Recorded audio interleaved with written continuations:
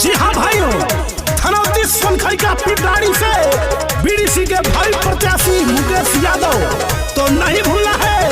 आगामी चुनाव में मुकेश यादव जी को भारी से भारी मतों से विजयी बनाना है।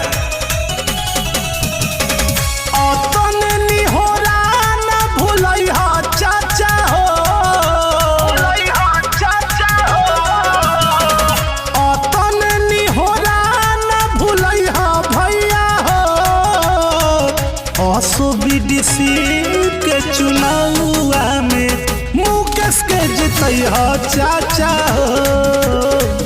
असो बीडीसी के चुनाव में मुकेश के जीतई हो भैया हो।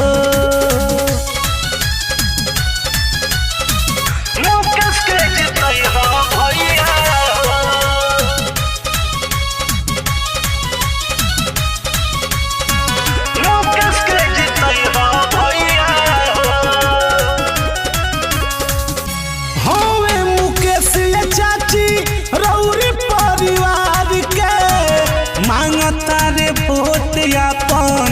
गमछा पसार के होवे मुकेश चाची रौरी परिवार के मांगता रे वोट अपन गमछा पसार के मांगता रे वोट अपन गमछा पसार के गल से अपन लगई हो भैया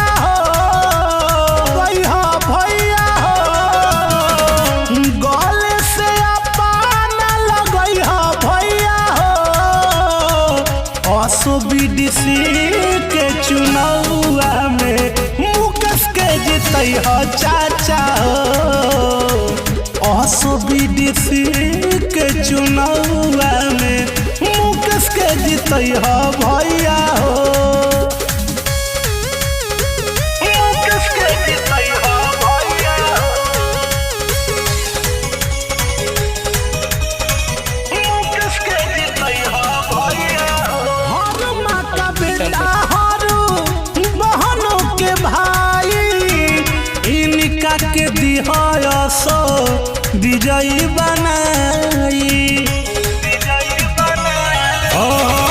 हर माँ का बेटा हर बहनों के भाई इनका के दिहासो विजयी बनाई भैया। इनका के दिहासो विजयी बनाई। तो चल सपना पुरई हो चाची हो। तो चल सपना पुरई हो चाचा हो। असो बीडीसी के चुनाव में मुकेश के जीतई हो चाचा हो। असो बीडीसी के चुनाव में मुकेश के जीतई हो।